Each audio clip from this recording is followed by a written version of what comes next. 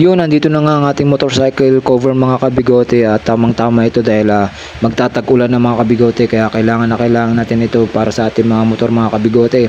At ito naman siya kapag inilagay nyo na sa inyong mga motor mga kabigote, kitang-kita nyo naman water repellent na rin po yan mga kabigote kaya hindi basta-basta tinatagos ang tubig dyan.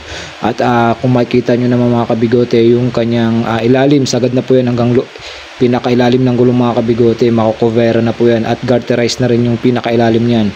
At eto naman yung mga kabigote, kapag binabasa mga kabigote, dumudulas lang yung kanyang tubig mga kabigote. Napakaganda talaga na ito mga kabigote dahil hindi talaga mababasa ang ating motorsiklo mga kabigote. Safe na safe ito sa ulan at lalong lalo na sa araw mga kabigote. Kaya solid na solid ito. At eto naman yung kanyang loob mga kabigote. Nung binasa ako sa ibabaw, walang kabasa-basa sa ilalim mga kabigote kaya goods na goods itong water repellent motorcycle cover mga kabigote. At ganito naman pagliligpit ng motorcycle cover mga kabigote, napakadali lang dahil ito ay built-in na yung kanyang bag mga kabigote. So ano pang hinihintay nyo mga kabigote, order na kayo dito sa shop na to at maraming salamat. Ride safe.